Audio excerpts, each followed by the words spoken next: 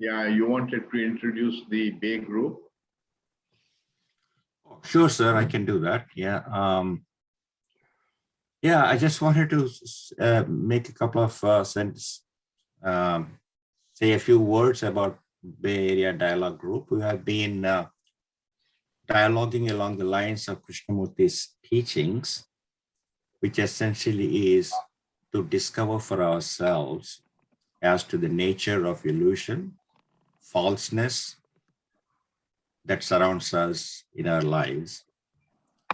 And the way we approach the dialogues is simply along the lines of fresh inquiry as far as possible. We try not to quote Krishnamurti, even though we keep in the back of our mind the pointers that he has brought out during his lifetime. We've been meeting for about 12 years. We used to meet in person until 2020. And then when the pandemic hit us, then we went online. And that also has opened up an opportunity for people to join from all over the United States. We have people from California, Texas, Midwest, East Coast, and so on. And all of you know my email address. And if you have any more questions about our dialogue group and the timings and so on, you can just write to me. We typically meet every other Saturday for 2 hours. Yeah, please write to me if you have any questions. That's all there is to it.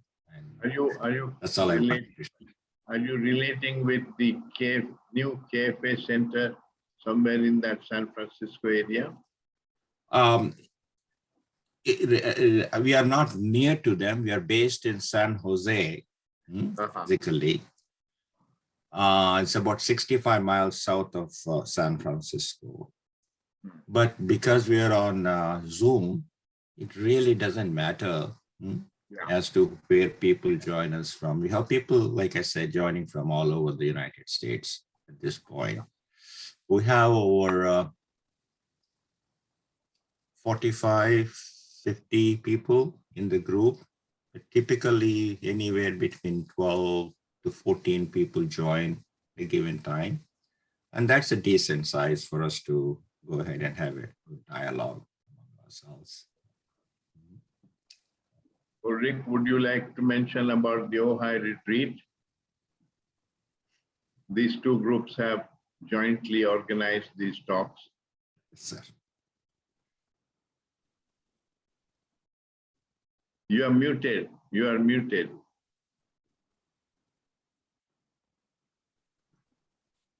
Can you hear me now? Yeah. Okay. So the Ojai retreat is basically a place for people to stay, to come for a retreat, but we're also organizing events in various areas, including Krishnamurti, but not exclusively. We have also retreats and dialogues on the environment, the arts, education, health, and so forth. And Professor Krishna has been a founding member, and almost every year he came and gave talks there, except during the last few years. And we hope he comes again next year. So we will see if his health allows it. Thank you.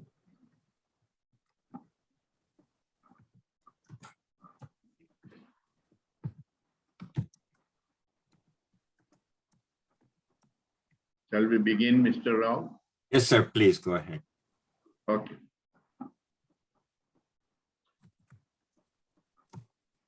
So this is our last weekend together. Today I shall speak on conditioning, truth, and insight. And tomorrow we shall discuss transformation of consciousness, which was really the purpose of all of Krishnamurti's teachings.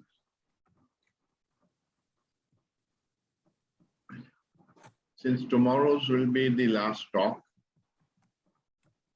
I propose to leave a full hour for questions that any of you might have, not only regarding that particular talk, but all the talks that we have had, and even wider than that, any questions connected with Krishnamurti's teachings which you might have. And if the time is insufficient, you can put the questions on chat and Mr. Rao will send them to me by email, and we will send you small, short responses like we did on a previous occasion.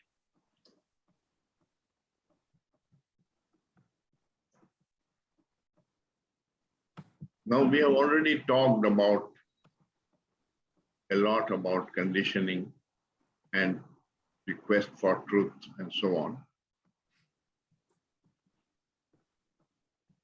But Krishnamurti said that learning does not even begin until one is free of one's condition. Because the conditioning prevents one from perceiving the truth. He is, of course, not talking about learning as we know in school and college and university, which is the learning in skills and knowledge. He's talking about learning as self-knowledge, learning about oneself, and in particular, discerning what is true and what is false. That's an old term. It was used also by the Buddha and by Socrates in the West, self-knowledge. But in the 20th century, Krishnaji gave enormous importance to it. So today I want to go into this question of how does conditioning block this learning or prevent this learning? And what does it mean, freedom from conditioning? Does it mean the ending of all conditioning?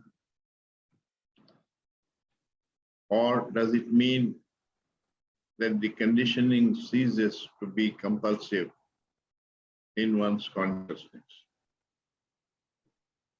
It's held rather lightly, like all knowledge is held rather lightly in the same way. But we must also examine how the conditioning leads to what we call the ego, which is the source of all illusion and all disorder in our consciousness, and therefore in society.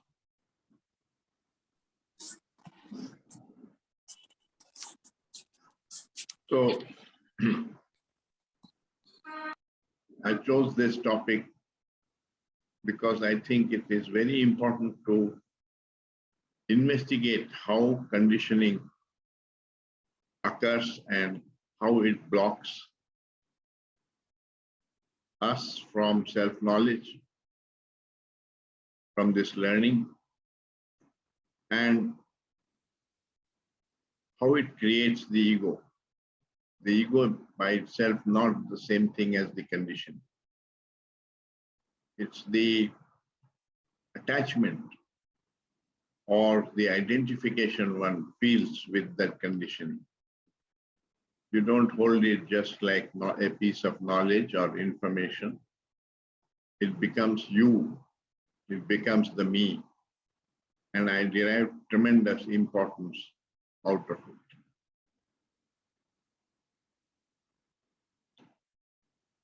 So it's not that the conditioning creates the ego, but I approach my conditioning egoistically. just as your property doesn't create the ego, but you approach the property egoistically if you are tremendously identified with it and possessive about it. And the same goes for any relationship. The ego is something that our mind creates. It's not in the relationship. It's not caused by the relationship, but by our approach to that relationship.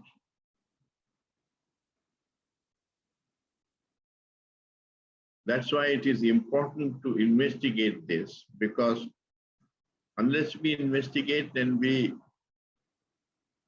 clearly understand how this leads to the creation of the ego and the blocking of the learning mind, converting it into a reactive mind. One cannot be free from it. Whenever you need to be free from something, you need to understand that. If you want to fix your car, you need to know the mechanism of the car. In the same way, if we want to fix the disorder in our consciousness, we have to understand how it arises and our own role in it. And when one sees that very clearly, that perception can act on the consciousness and free you of that process. That's the teaching. That entirely it is our own responsibility to free ourselves of this process which blocks us. Often we are not aware that it is blocking us. We promote it in our education. We don't realize the devastating effect that it causes both in our personal life and in society, and therefore also in the world.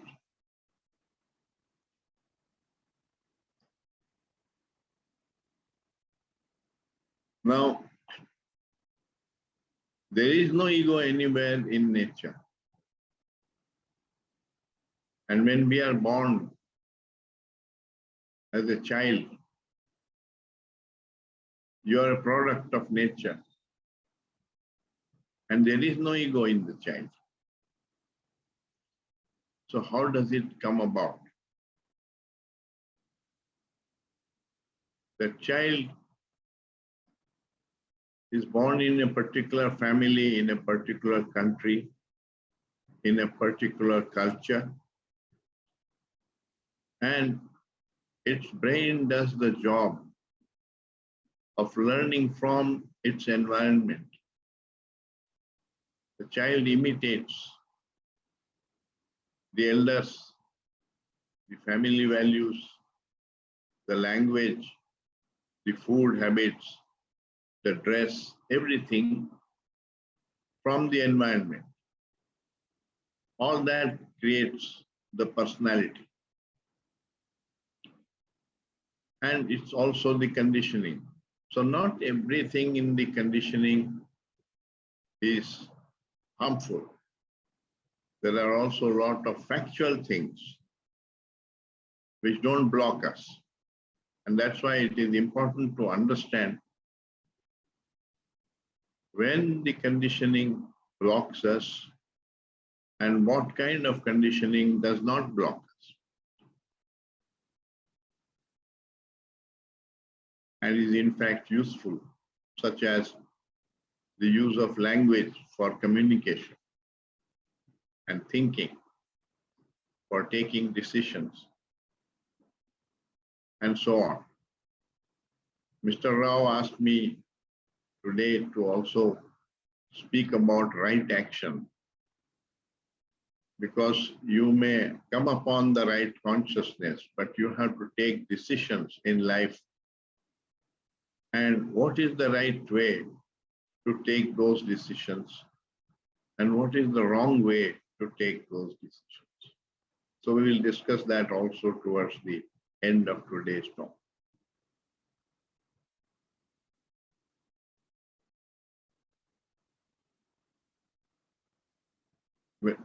The young child is not even aware of being a separate entity.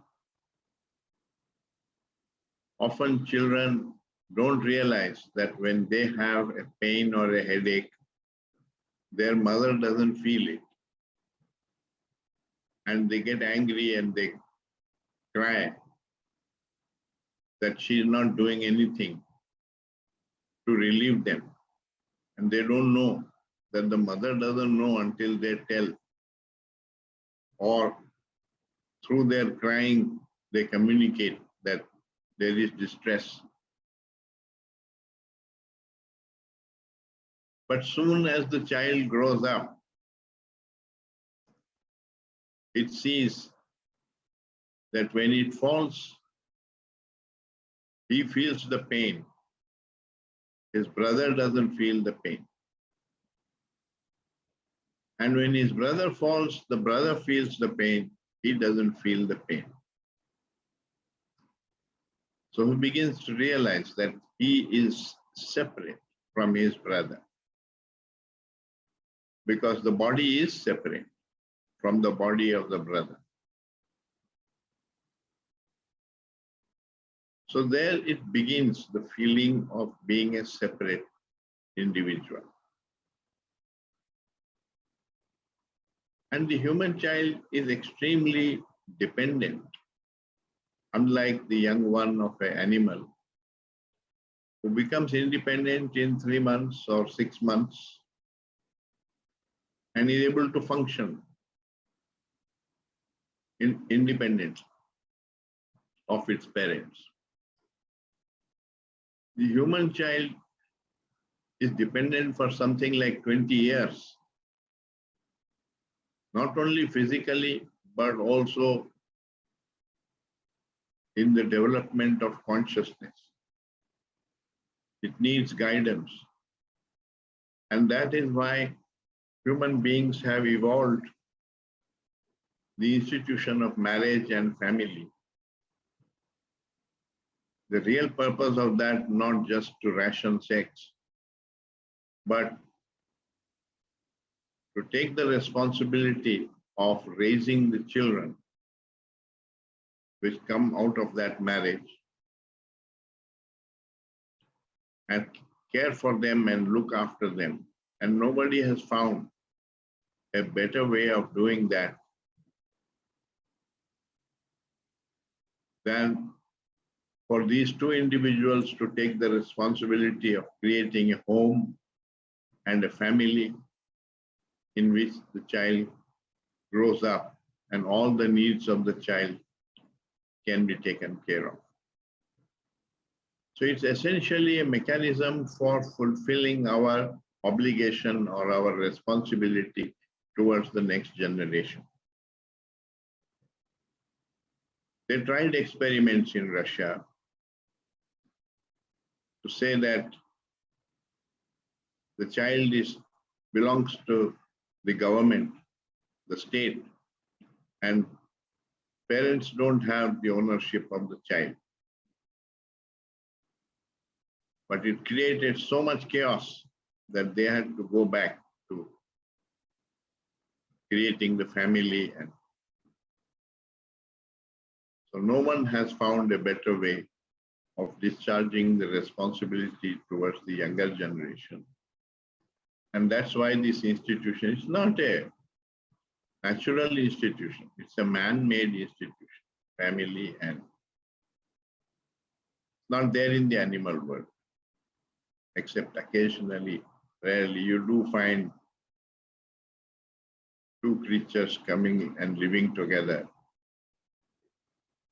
sometimes even for long periods, among birds and so on. But that's a rarity. As a norm, they don't have family.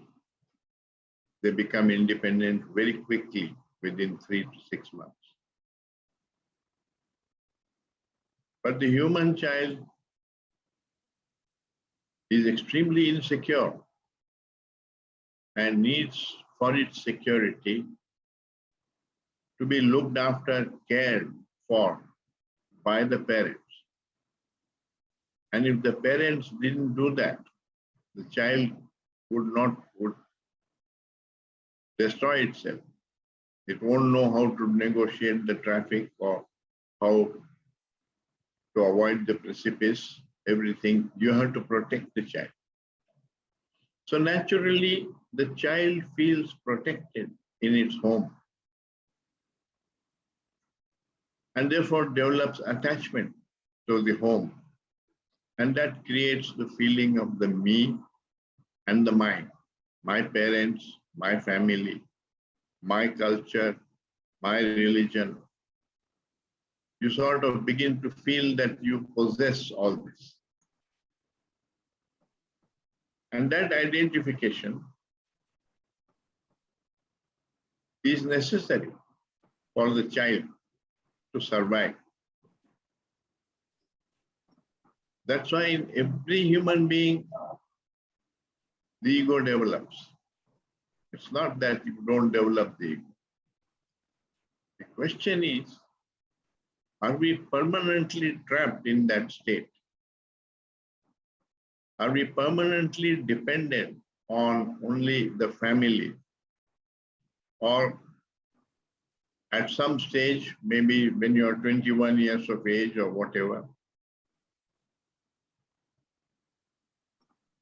you can go out in life on your own and not be so dependent on your parents. Parents become like friends. You're no longer attached to them in the sense of dependency. So just as a young baby needs to be weaned away from the breast of the mother after 1 year or 1.5 years, in the same way, is it possible for us to wean ourselves away from this attachment when we attain maturity? Otherwise, you remain trapped in that conditioning and your life becomes centered around the me and the mind. And that is the ego state.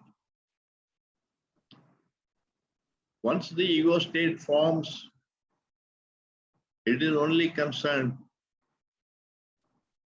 with promoting the me and the mind, its prosperity, its security, its name and fame, and not the rest of the world. So it's no longer interested in the truth.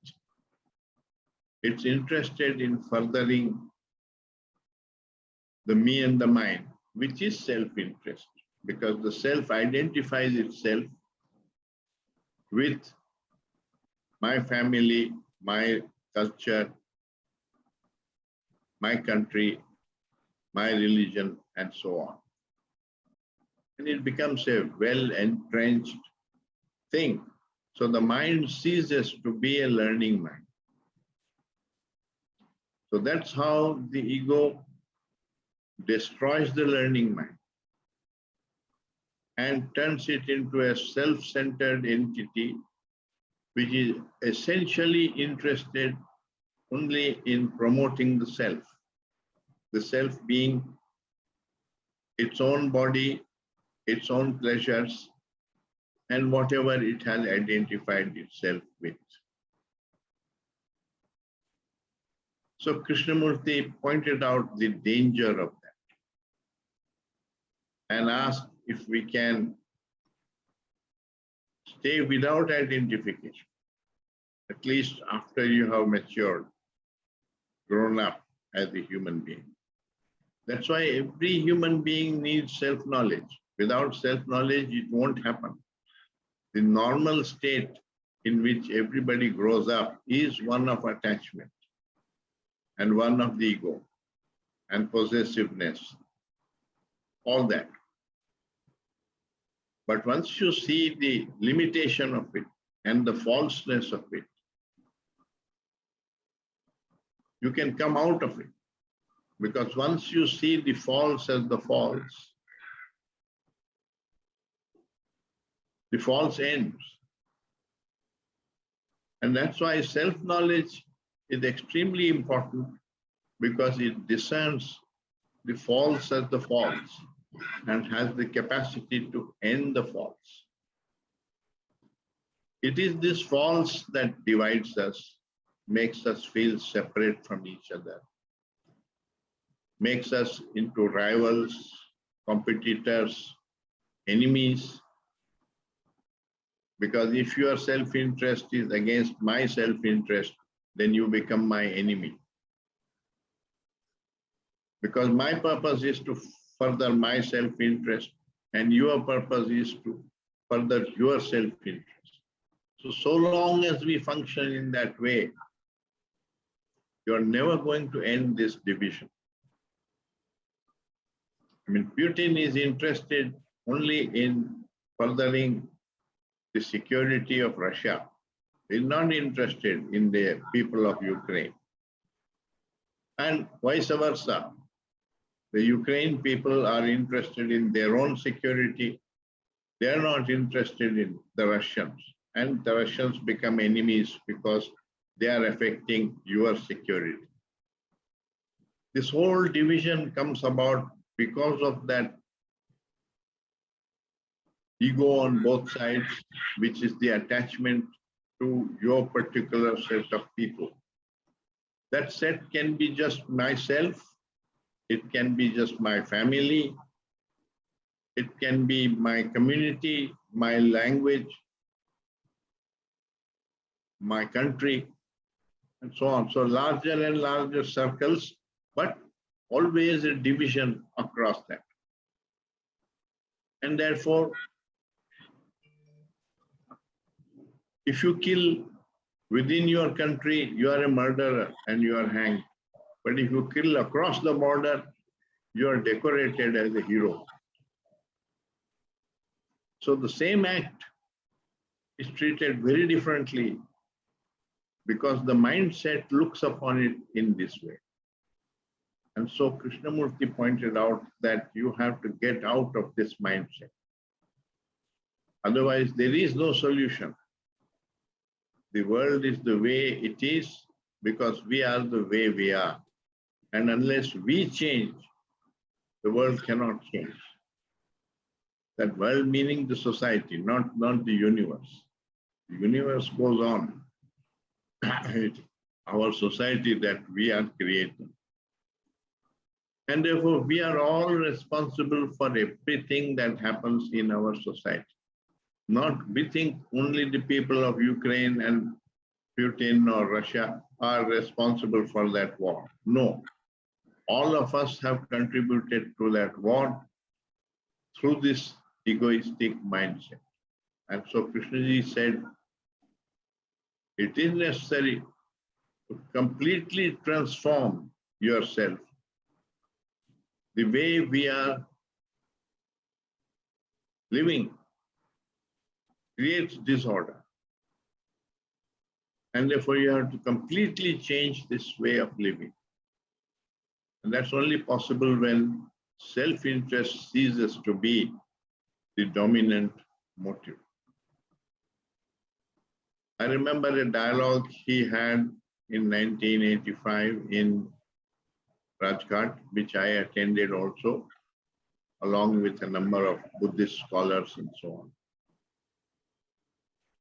where he raised the question, where does the self end and the other begin? That means it is true that you have to look after this body and care for its cleanliness and eat the food necessary for keeping the body going and so on, so on. So there is to some extent a responsibility towards the body and towards your mind. But does that consume all your energy all through the day? Where does it end? And the other begin. That means the concern for the other, for the rest of the world. So the egoistic mind is completely concerned only with this circle of the me and the mind. And if one comes out of it, then one is related to the rest of the universe. And then self-interest would cease to be the prime motivation in life. Unless that happens in the human being, there's not going to be any fundamental change. I mean, you can make better bridges, faster aeroplanes, and so on, which is going on. But it's all under this shadow of division and war and divorce and fighting all the time, and worries and sorrow, all of which is our own doing.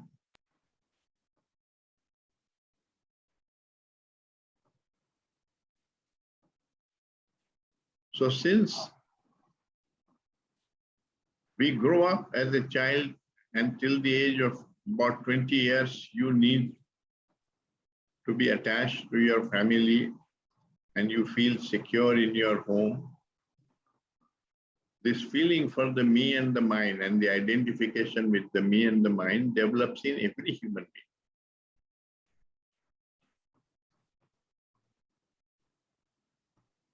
Somehow it seems to have not developed in Krishnamurti. So in that sense, he seems to have been a unique individual. But all the other individuals you find must have developed also in Krishnamurti, but probably it was milder. If we read his biographies and so on, that's what we find. He did have attachment towards Adyar and Theosophy and so on in the early days, but he came out of it. All great religious teachers have come out of their past. The Buddha came out of Hinduism. Hinduism had casteism, had animal sacrifice, and all that, and he was brought up with all that. But he saw the falseness of it, dropped it, and created something new. Jesus Christ, similarly, was born and brought up as a Jew, and the Jews believed that an eye for an eye and a tooth for a tooth is the right thing. But he saw the falseness of it, came out of it. And Socrates, he grew up as a Greek citizen, and in Greece there was great importance to patriotism and in those days, and to being a Greek citizen. But he realized the limitation of it, and he said, I'm a world citizen. I'm not the citizen of Greece. So he realized the falseness of the attachment to a particular region just because you were born there. But we promote that. We promote in our education, we promote patriotism, nationalism, and so on. Because we have not realized the devastation that the ego causes. We have not understood that. We consider that the ego is a friend. It protects me. It brings me benefits, and so on. That is the one central illusion of all humankind. That it thinks that acting out of self-interest is in its self-interest. It does appear like that. If you have a narrow vision and you see only this far, it does appear like that. But when you can see with a longer vision, long vision, then you see that that is what is creating all the insecurity in the world, all the disorder in your life, and in society. And then you realize the falseness of that approach. But it takes a lot of watching with a learning mind in order to realize this. So the conditioning, the real problem of conditioning is that it's not aware of its conditioning and the devastation of that which is caused by that condition. Now, in the conditioning are also what we call moral values. They are different in different cultures. If you grow up as a Brahmin in India, then touching meat is anathema. Taking alcohol is sin. Having sex before marriage is sin. And so on. You grow up with those values.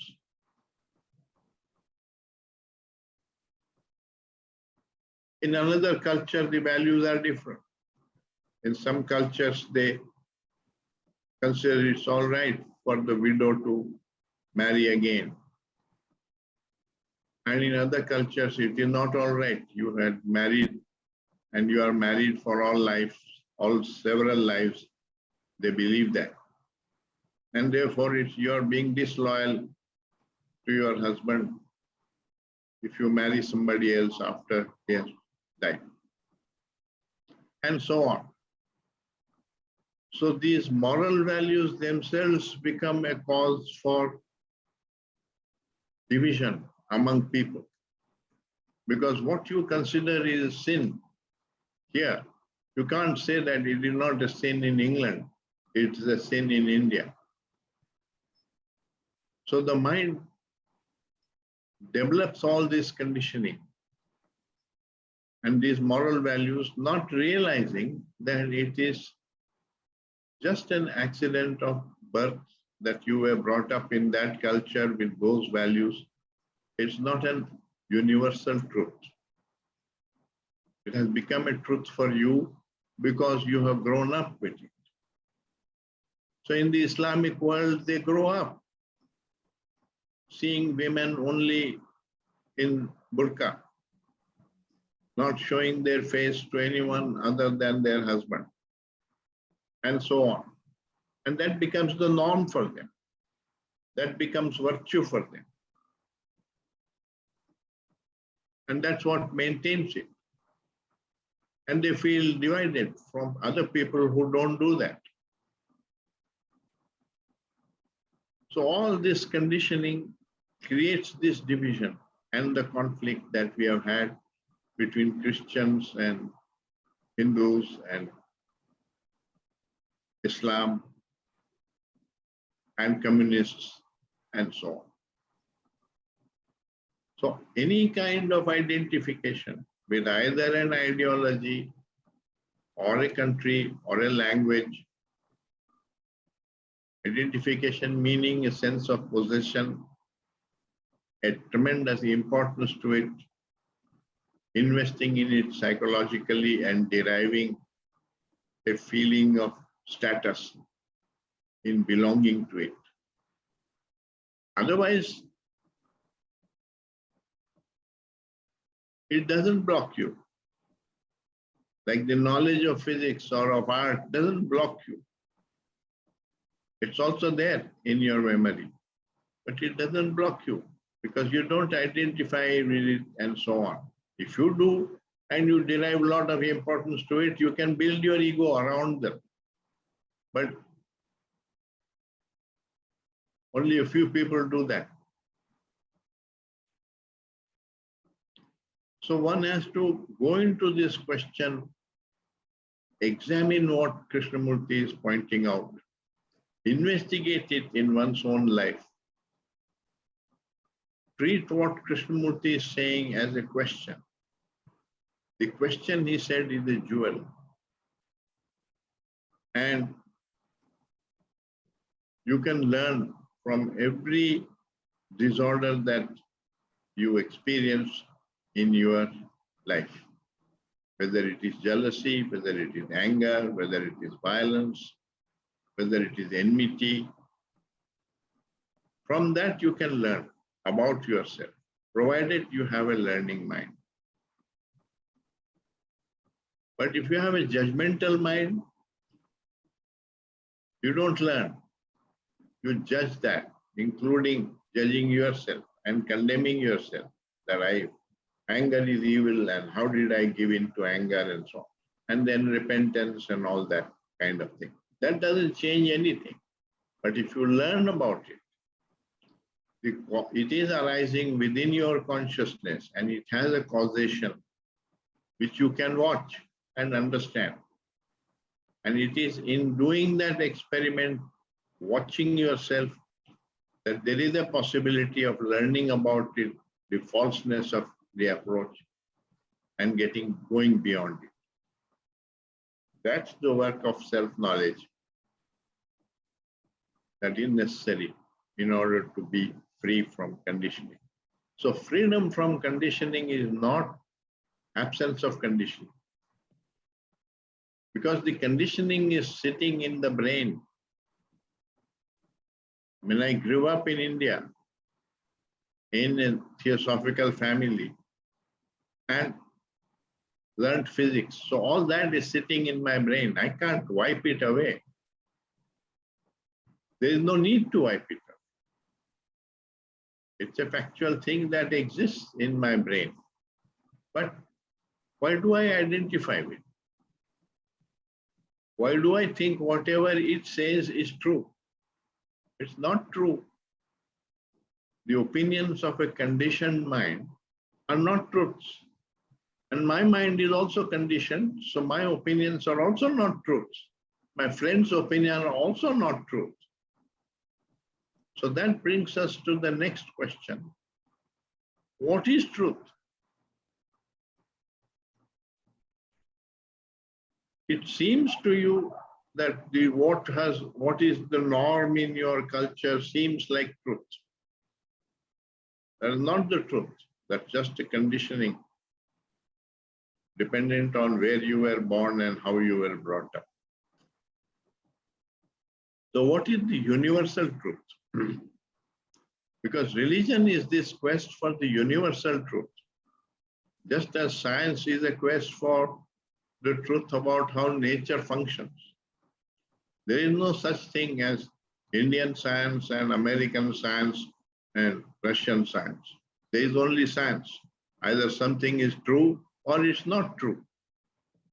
And you have to do experiments to find out whether it is true or not. Krishnaji is saying the same thing. He's saying the same thing about our psyche.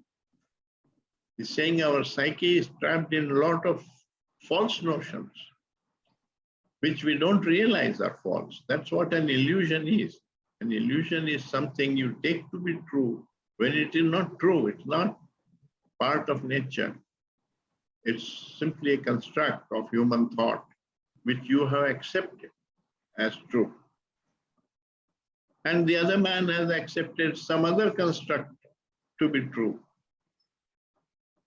And because you identify with that construct, my truth is different from your truth, and then we fight over it. That's how this division between Hindu and Muslim and Buddhist and so on arises. So unless you notice that from the root and uproot it completely, you will inevitably be trapped in this. And that's what we see, that human beings are trapped in this very badly. And the world takes it that this is inevitable and it cannot be undone.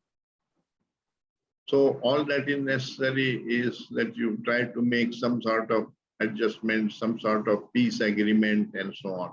But they will never be brothers. They will never have love because they are separate. So the world accepts that as inevitable. But Krishnamurti is questioning that. He's saying it is not inevitable. He says, don't treat it as what is possible and what is not possible. Ask the impossible question.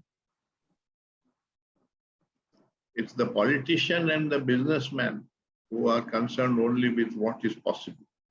The religious mind is interested in investigating the impossible. Because it also becomes impossible because if you call it impossible, because the energy will not go in that direction if you consider that to be impossible. So never say it is impossible. The learning mind is knocking at every door. Doesn't try to judge whether this door will open or not open. And I will knock only at doors which will open. That's what it means, staying with impossible questions. Never discarding a question, saying it is not possible. Not thinking in terms of what is possible, but what is true and what is false.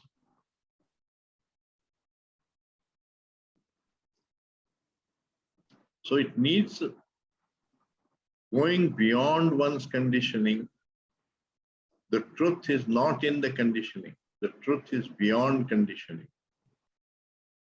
And so one has to go beyond your conditioning to perceive the truth. That is so also in science. In science also, the mind gets conditioned in a particular set of assumptions. So in classical physics, started by Newton, matter was considered to be completely separate from energy,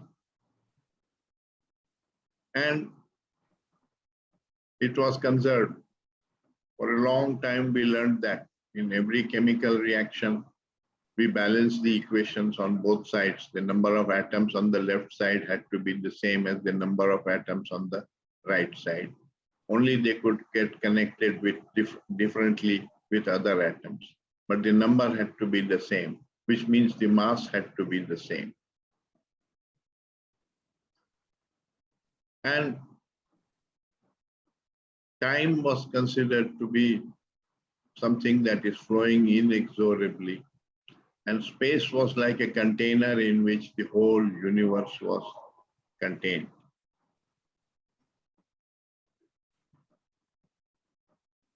So space and time were completely separate from each other. And for hundreds of years, thousands of years, we worked under that paradigm. That became our conditioning. Until Einstein broke through that. So how did that happen? How did he discover that space and time are not independent of each other? It was not in his training. He was trained in classical physics, where all this was assumed to be true.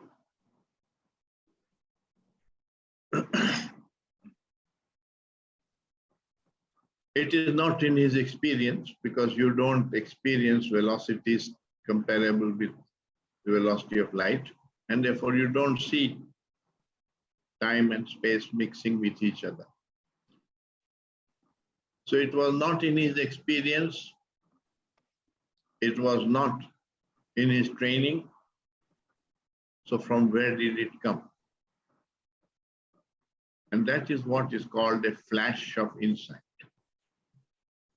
That insight is blocked by strong opinions, by the idea that I already know. Therefore, it's important to doubt what you know, to question what you know. And that's what Einstein did. He found that he couldn't, there were some observations a few only, which he could not explain with the paradigm of classical physics. And so he knew that something is wrong. And you must look at your assumptions. And then he did a thought experiment that if I was traveling on a beam of light, what would the world look like to me? And he came upon a flash of insight which pointed out to him that space and time is one single continuum, not separate from each other. So insight has a place in science too.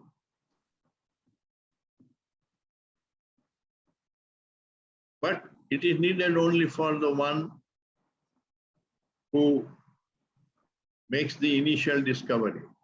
After that, it is communicated in the form of equations through mathematics and so on.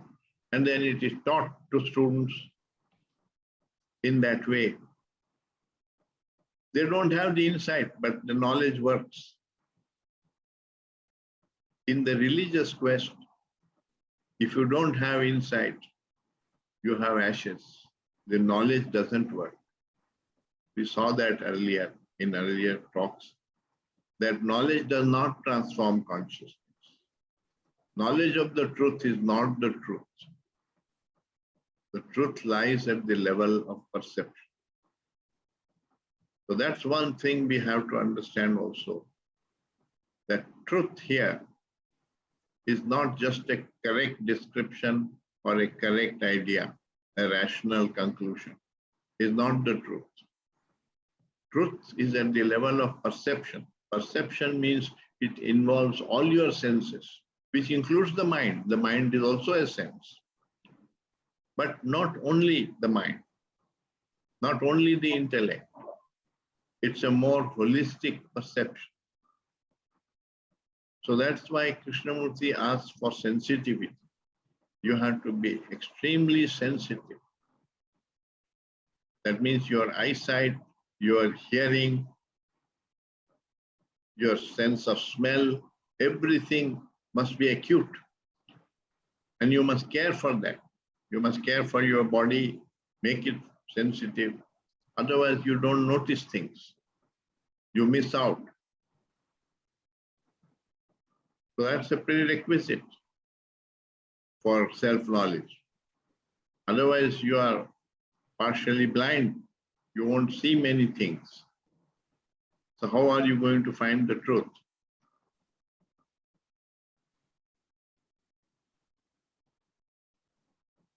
So all that is involved in self-knowledge. The body, the mind, the emotions, the balance between them. We talked about this in the talk on art of living. One has to learn the art of living. That creates the sense of beauty and the sensitivity. Without that, you cannot have self-knowledge. It's not just an intellectual exercise, like you do physics or mathematics. You can't do self-knowledge in that way. So the truth is the unknown. And you need a certain amount of freedom from the known in order to be able to pick up the truth from the unknown, in order to have the insight. If you are completely attached to the known, you cannot have insight. But when you doubt the known and your mind is exploring, there is the possibility of having a flash of insight like what Einstein had. So all major discoveries, whether in art or in music or in religion, have come about through such insights. And that's why it required all the sages are people who have walked out of their past. There is also this saying which one must engage in, a very profound saying. It says every saint has had a past and every criminal has a future. So calling somebody a saint and calling somebody else a criminal is just a division our mind creates. There are many cases of people who were criminals who later on became saints. And before being saints, they had the criminal past. So there is not a tremendous difference between the criminal and the saint. The criminal is just an ignorant saint. If you get rid of the ignorance, you can come to the state of the saint. And to get rid of ignorance, which is illusion, not just lack of knowledge, you must have this learning mind and self-knowledge and learning. That's like doing scientific research. We do that with a mind, with a scientific spirit. And Krishnaji is asking us to do this with that same kind of spirit in the field of the psyche, in the field of religion.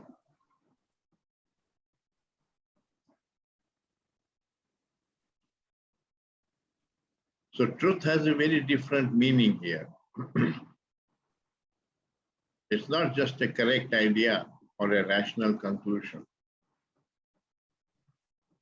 It's a perception, and that's why it cannot be given to you by another. It cannot be communicated by another. If Krishnamurti could communicate it to us, why would he go about creating this inquiry in the minds of thousands of people? He said, no, you have to come upon that perception for yourself. You have to be a light unto yourself. I can't give you that light. If he could give you the light, then all he had to do was to call people and touch their head and give it. That kind of emotionalism exists in religion, that you go into the saint and he gives you and you get enlightened. Krishnamurti said that's nonsense. You cannot get it like that from another.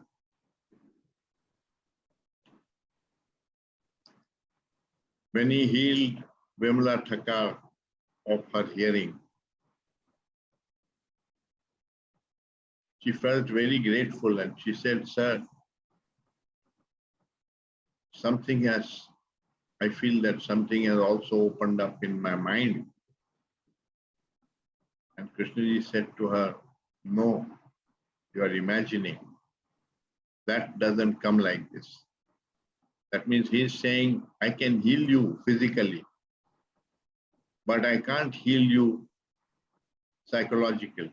That doesn't change in the mind. You have to do work at it for yourself. It's the opposite of what modern psychologists would say or modern scientists would say. They would say psychological healing is possible, but physical healing is a miracle. It's not possible. And Krishnaji said, I can do physical healing in some cases, but psychological healing is your own responsibility.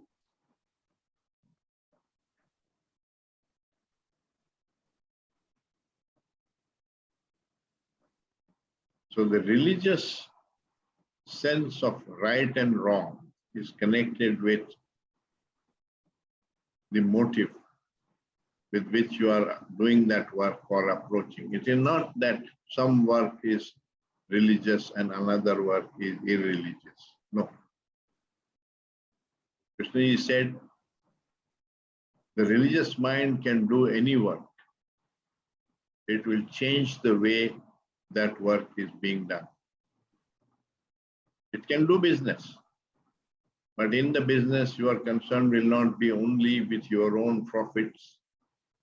It will be also concern for the consumer, for being fair, and so on. So you're not interested only in self-interest, not acting only out of self-interest. And that brings me to the question which Mr. Rao wanted me to talk about. What is right action? Because we have to take so many decisions in life.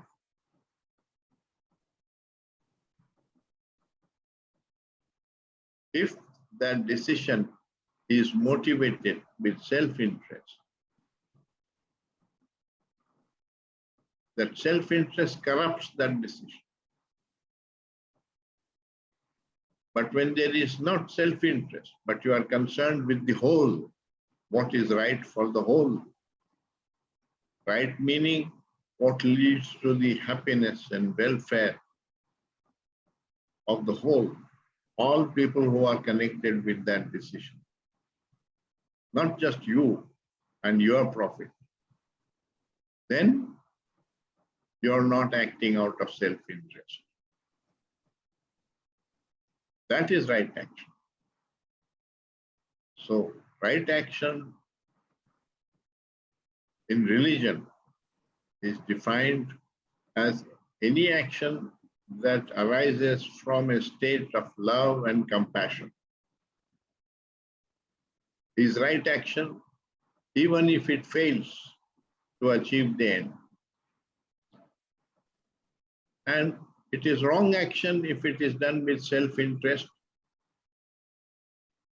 even if it succeeds. So it's not the success or failure that determines whether it is right or wrong. It's the state of mind in which that action is performed. So another of Krishnamurti's statements I want to share with you. He said, "Sir, come upon love, then do what you will, it will be right." But by love, he didn't mean what we mean by love, which is desire and attraction and possession and attachment and all that. He said, love is where the self is not. So where the self-interest is not there, there you are acting with love. And we are capable of it because the ego is not like an organ in your body, which is all the time acting and which has to be removed surgically. It comes in the manner in which you approach that activity. So there are activities where we are not egoistic. If you have grown a plant in your garden and care for it and look after it, and you enjoy seeing it bloom, where is the ego in that? But if you compare that with the neighbor's thing and you want that it should be better than your neighbor's garden and so on, you have brought the ego into it. If a scientist just has this passion that he is wanting to find out why the sky is blue, that's his passion. He is inquiring. He wants to learn that. There's no ego in that. But if you want to be the first, he wants recognition for it. He wants a Nobel Prize for it. Then he makes it egoistic. So it depends on your approach. And if you are approaching it egoistically, it's wrong action, even if it succeeds. And if you are approaching it non-egoistically, it's right action, even if it fails. So the religious definition of right and wrong is very different from the businessman's and politician's definition of right and wrong, which depends, which is based on the result of that action. So I'll end it here, and tomorrow we shall discuss about transformation of consciousness, what Krishnaji has said about that.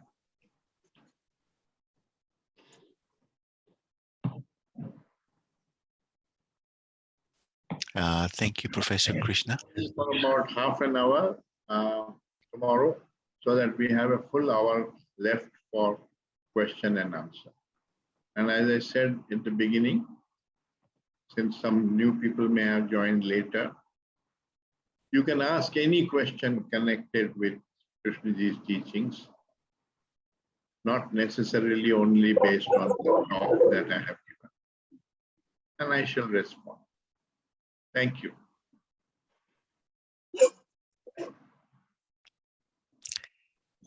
So now we have a question from Ingrid. Sure. When there is no more sense of ego, what or who is taking the important decisions in one's life? Is it the non-problematic conditioning? I think I just answered that question when I talked about what is right action. So I'll try to illustrate it with an example. I was principal of a school, right? So I had to appoint teachers.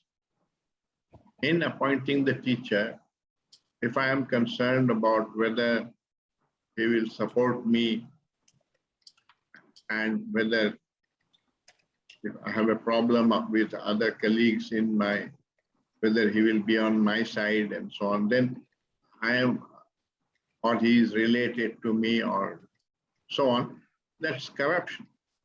And then it's an egoistic action, egoistic decision. It's a wrong decision. But if I am concerned about the whole school and I am using all the wisdom or capacity of thinking which I have to decide who would be the best person to discharge that responsibility of looking after the whole school, all the children, and so on, including the emotional aspects, the intellectual aspects, the physical aspects, and so on. Then I am looking at it holistically and I am deciding not out of self-interest, then it becomes right action.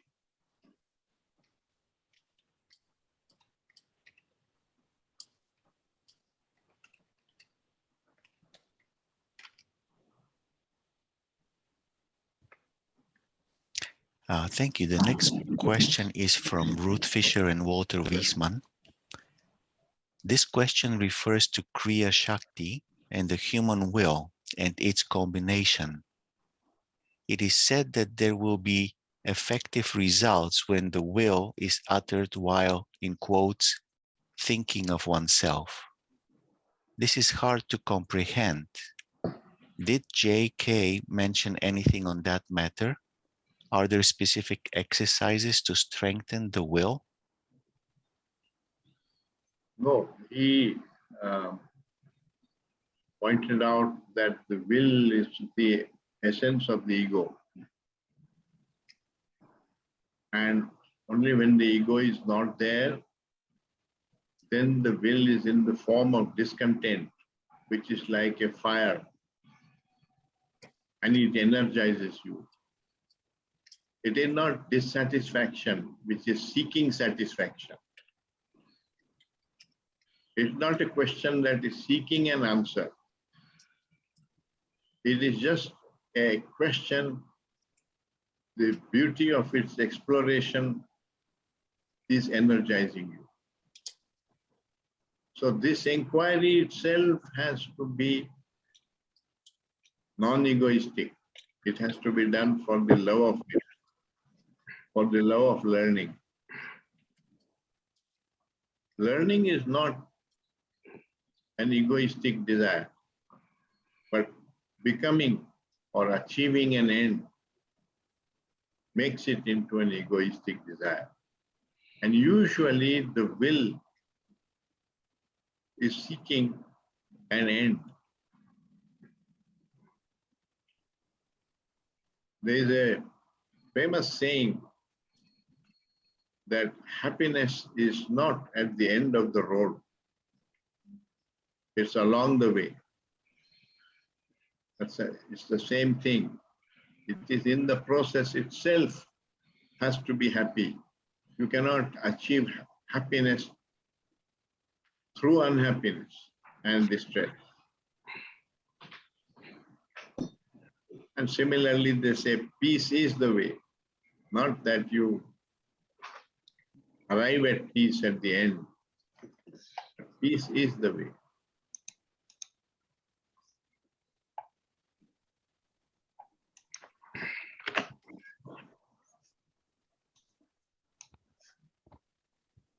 The next question is from Kartik Gupta. One does not find the entity I through investigation, and one finds that actually nothing is mine, even consciousness. In spite of that, why is one so strongly entrapped in the illusion of I and mine? Well, actually, I explained that how the ego arises right in childhood, because the child is so secure and dependent for first 20 years or so, and therefore he forms attachments and so on to overcome that insecurity. But after that, you need to wean yourself away from that state of mind. And our education doesn't do that. Our education promotes the ego state. And that's the mistake. If we promoted self-knowledge, it would help you to wean out of that state. Then you can get beyond it, go beyond it, as we have just discussed today. But it needs insight, and insight is there only when the mind has doubt and inquiry, the learning mind. And that learning mind is the real, true religious mind. That was what Krishnamurti taught.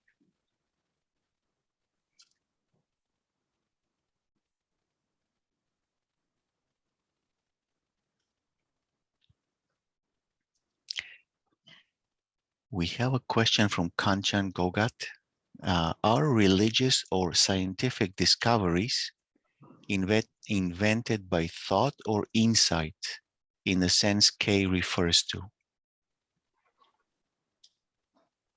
It is insight because it's beyond the known, and thought is born of the known. It can invent, thought can invent by putting two knowns together and creating something new. All gadgets, new gadgets, your cell phones, computers, and so on, are created like that through thinking. But major discoveries like relativity, that space and time are interconnected, or quantum mechanics, were deep insights which broke away from the conditioning, which are the paradigm, the assumptions of the previous paradigm. There is a very beautiful book. It was the PhD thesis of Thomas Kuhn in MIT. It is called The Structure of Scientific Revolutions. And there he points out that science grows with thousands of people working under a particular paradigm, adding data and expanding the knowledge within that paradigm. But ultimately, there is a man who brings a flash of insight and discovers something totally new, which changes our worldview, changes that whole paradigm. So all major discoveries like that have come out of insight. And that is a mysterious capacity of the human consciousness. It's related to capacity for awareness. Awareness is not a thought process. So Krishnamurti recommended that we don't use thought and analysis and intellect, to understand ourselves, but we used passive awareness. Passive awareness is watching a phenomenon without interfering with it. Or even if you interfere with it, you interfere with it experimentally in order to learn about it.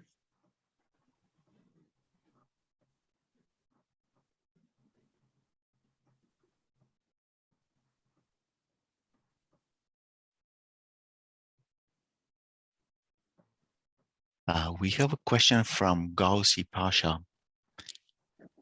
Sir, I want to respectfully ask, from where do you get the driving force to teach?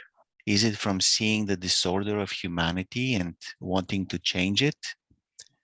Or is it because you want us to also experience the joy of learning you have experienced?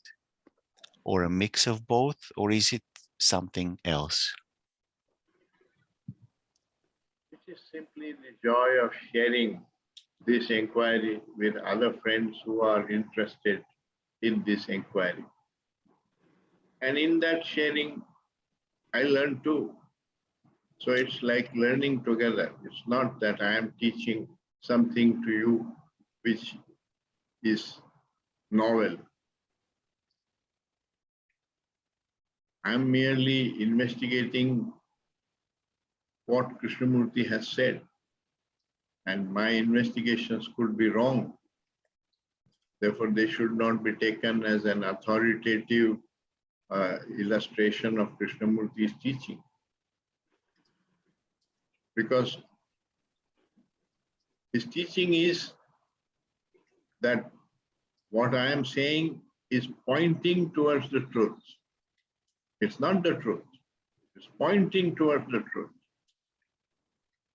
You don't have to understand the pointer. You have to come upon the truth. And that's a big, subtle difference between normal learning and this discovering the truth for oneself in one's own consciousness. It's only the perception of the truth for yourself that transforms consciousness. But more about this tomorrow.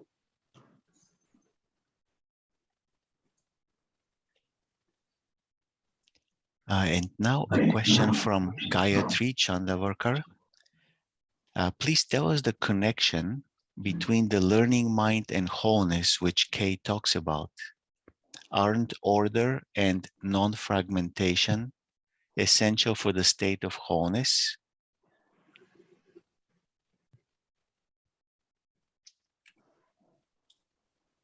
Yes, but if you don't have that, what you have is a disorderly mind. You have to observe that disorder with a learning mind. Learning mind means a non-judgmental mind, which is interested in understanding the phenomenon, not judging it and condemning it and saying it is bad, it is good, and so on. That's not a learning mind. So it's very important right from the beginning to approach oneself also with a learning mind, not a judgmental, reactive mind. We discussed that in one of the earlier talks, the reactive mind and the learning mind.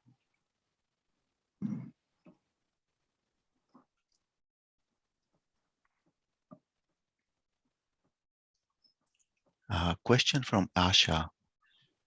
How to find disorders in our life?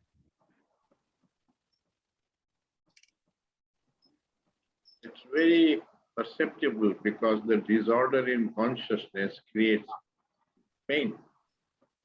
If you are insulted, you feel pain. If you have conflict, you are in pain. If you are worried, you are in pain, psychological pain. So, since it is pain, it is very perceptible. But we normally treat it as a nuisance and we try to avoid it or suppress it, get over it.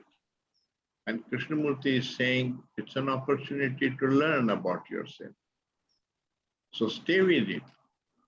watch it, learn how it originates in your consciousness. That learning brings about change.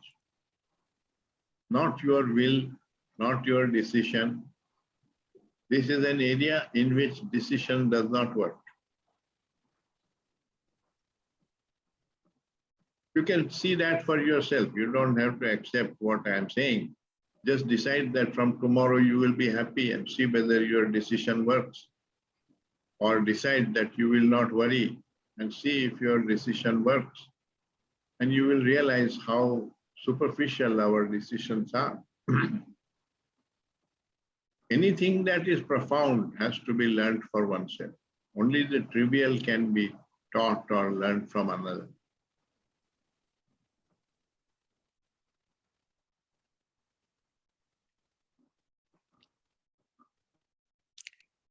We now have a question from E.A. Varghese. What was Krishnaji's view on abortion and divorce for whatever reason? He didn't believe in having views because views are opinions, and even if he had an opinion, it has no value.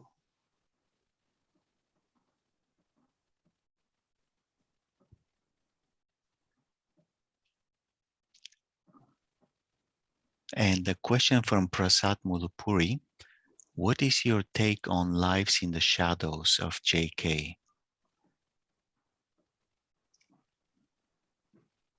I think that the facts in that book are true. I know the author and her family and so on. They are not people who would deliberately distort the truth. But I think the opinions there are mistaken.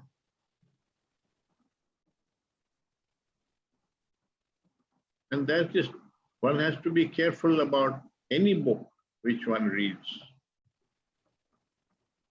Pick up the facts out of it and be skeptical of the opinions that you read in it. Because opinions of a conditioned mind are not the truth. And they are all opinions of conditioned minds.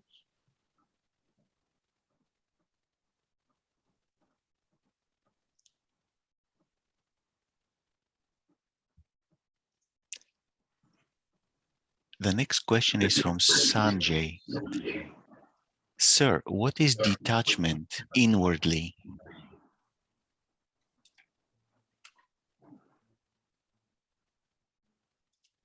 True detachment is a sort of indifference to what will happen to you. Not worried about that.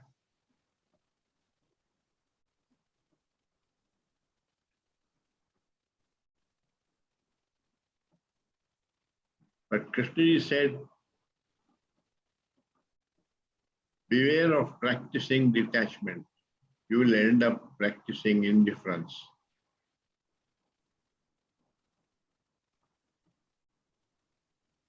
For a person who feels strongly for his wife and child, there is hope that his feelings might spread to the rest of humanity. For the man who does not even feel for his wife and child, there is no hope. This was said in the early days in 1926 or 27. But there is truth.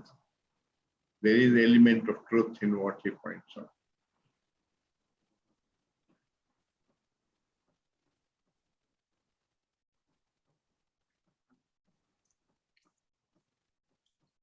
We have a question from Shankar.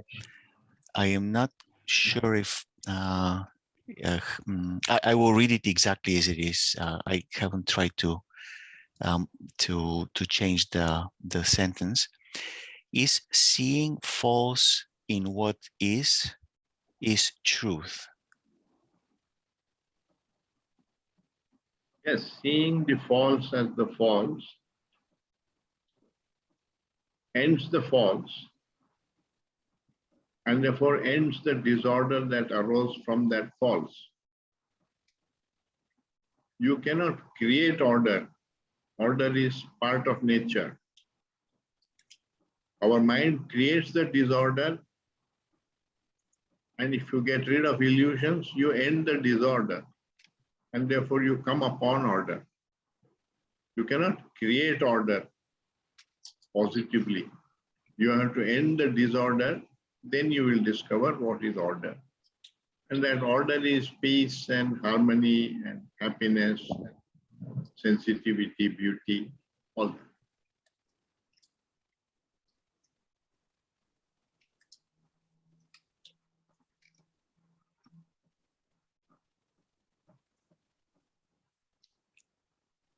And the question from Saurabh Kumar.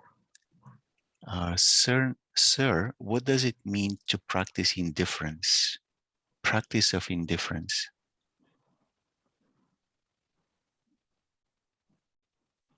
Man who is extremely self-centered is indifferent to everybody else. So be very cautious about practicing indifference. You can't practice indifference. What Krishnaji talked about was indifference to being indifferent to the consequence, to the result of what you are doing. That's freedom from the ego, that you are not concerned about the result. You are more concerned about the process. That means not thinking in terms of the future, but being in the present. Just all that is the same thing, living in the present. Excessive concern about the future is the ego. Which doesn't mean you don't plan your life. So don't take it to extremes. But you're not all the time worrying about the plan.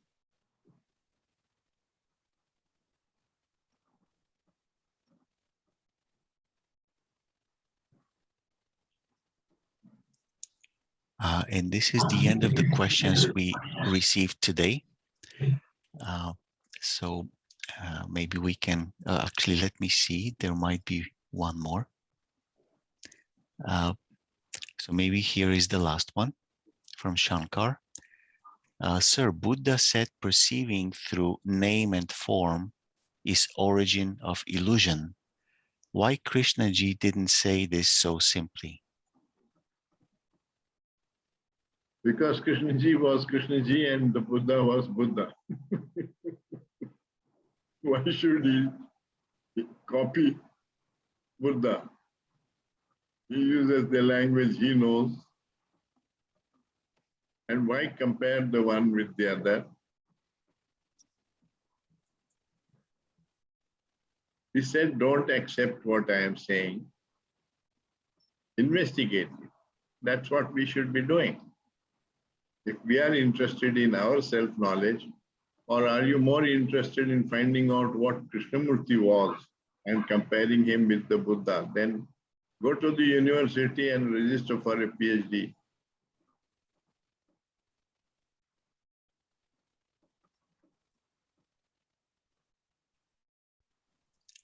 So thank you, Professor Krishna. It looks like we are at the end of our time for today, and we have no more questions.